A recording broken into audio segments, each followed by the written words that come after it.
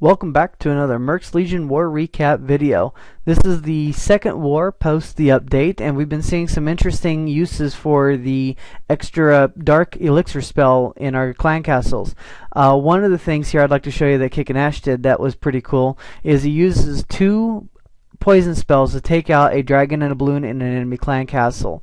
One's a level 2, one's a level 3, and that seems to be just the right number to take out a dragon inside the enemy clan castle. Now whether this works on a golem or a hound, I don't know, and I can't see it being that effective on either. They are already rather slow, they don't deal out a whole lot of damage, and they're easy to take care of.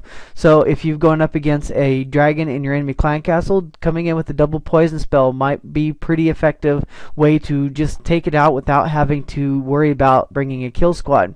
Because the Kick and Ash didn't have to worry about using a kill squad in this one, he was able to send his king and queen in to do a king and queen swap, and then the rest of this is just straight Laloonian. Just Laloon actually. There's no other troops in here for cleanup. There's no other kill squad troops in here. It's just simply one hog was used to get the clan castle lure. The spells were used to take it out, and he's left with 4 rage spells to push his troops all the way through the map. So that might be a new tactic that we start to see. I don't know. We do have the additional 30 seconds, so spending 20 of that seconds to take out the enemy clan castle without using any of your troop space could be a very useful resource. I don't know. We'll have to see how it plays out in the coming weeks here in Clash. Pretty decent Laloon attack. This was a rather low air defense level style base, so it was pretty easy for Kick and Ash to come in and just completely annihilate the base with his balloons and lava pups. But overall, nice attack here. We did a clockwise motion, and one thing that was really smart is Kick and Ash decided to save a couple balloons for the final end cleanup step. Once all the defenses went down, drop a balloon on each of the corners, and that just saved a lot of time on his cleanup.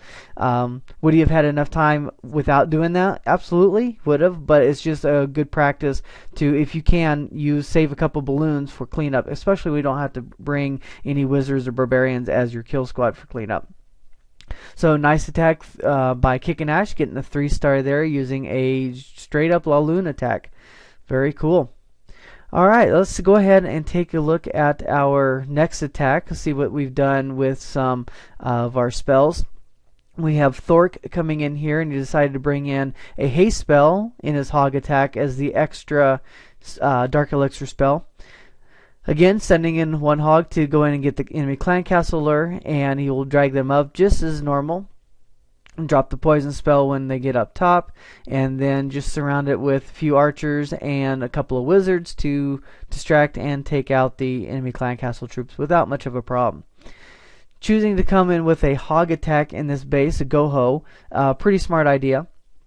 I also like that he's bringing the one witch, and look how late he's going to drop that witch in the clan castle cleanup crew here. The dragon went down. He's got enough troops to take out the enemy balloon without a problem. He drops his 2 golems to tank, and then here comes the witch. Really smart play. The witch could be used as part of the clan castle cleanup squad. However, sending in all these Larrys is just going to defuse any of these bombs or traps that are in this center compartment, or going into the center compartment.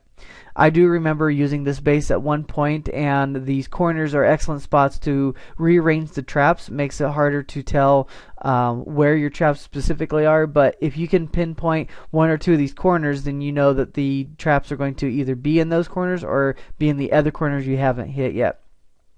Something else I thought that Thork did was rather impressive was he didn't send in all of his hogs in one spot. He did allow his main crew to walk around the south side of the base, and he sent a few hogs over on the right side of the base while the defenses were distracted. So smart play there by Thork. I rather enjoyed that. So also we used a haste spell. It wasn't too effective. The golems didn't have anywhere to go at the top, so I don't know if haste is super effective in a hog attack. The hogs are already pretty fast. The golems will just rush to a defense and stall out. I'm not sure if haste has the appropriate application in this one, but it wasn't a bad spell to take. Poison spell would have been fine. I think the quake would have been a decent spell also, just to take some of the top of the hit points off of some of these defensive structures that the hogs were making their way around. Lots of different things that you could do in this, and we're still playing around to find out what spells are going to be best in our clan castle for this. So, plenty of hogs left for cleanup. The base is just getting completely wrecked by these hogs as they move around the base. So, great job by Thork on getting a 3-star hog attack. Alright, we're going to go ahead and move on to our third and final attack here, moving up to the top of the ladder.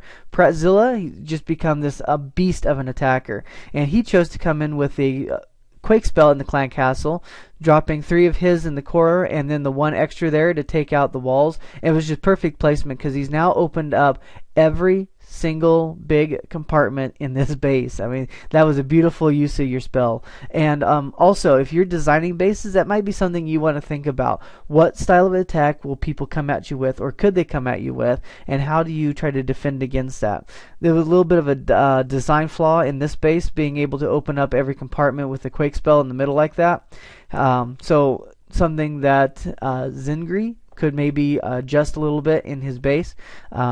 But it really played to Pratzilla's favor here by opening up all these compartments with this Go-Ho-Wee-Wee attack on this. Sends in his golems, they're raged, he's taking out the enemy clan castle troops. The queen has gone down at this point. The golems are just making their way through this extremely large open compartment, tanking all the damage. Did use a 1 jump spell just to get into the base, but once they're in the base, they're just going to sit there all day and tank forever, which is fantastic. We got a witch that's making her way around the outside on the bottom left, which isn't bad. A lot of people say that you want to get everything inside. Well, having 1 or 2 troops on the outside isn't that bad. Now here's where Pratzilla is really smart by bringing in these backside hogs. Once the defenses start getting distracted by these core troops, he's going to be sending in his hogs just on the outside to pick off some of these outside point defense structures. So really smart move by Pratzilla, bringing in these extra hogs instead of just going straight go wee wee. I've noticed that go wee wee is pretty strong. However, it's splash damage that takes out a lot of your Larrys, and also with the just the sheer number of defenses focused so tightly in the core, sometimes your Larrys don't spawn fast enough for your tanking troops to take the damage, and not the Larrys, and you run out of steam sometimes towards the back third of the attack. So bringing in these hogs once in a while on a base like this is really pretty smart. Alright, so I hope you guys enjoyed this attack. We're still experimenting with the different spells that we can take in our clan castle. You saw one using a poison spell to help take out enemy clan castle troops. You saw a haste spell just to help speed up some of his troops into the core of the base. And then here with Pratzilla, you saw the quad quake being available to you with the addition of 3 of your spells instead of only 2. So great job here. Unfortunately, we didn't quite win this war against this Asian clan. A little bit of a tough loss, but we're still regrouping, and hopefully our next war turns out better.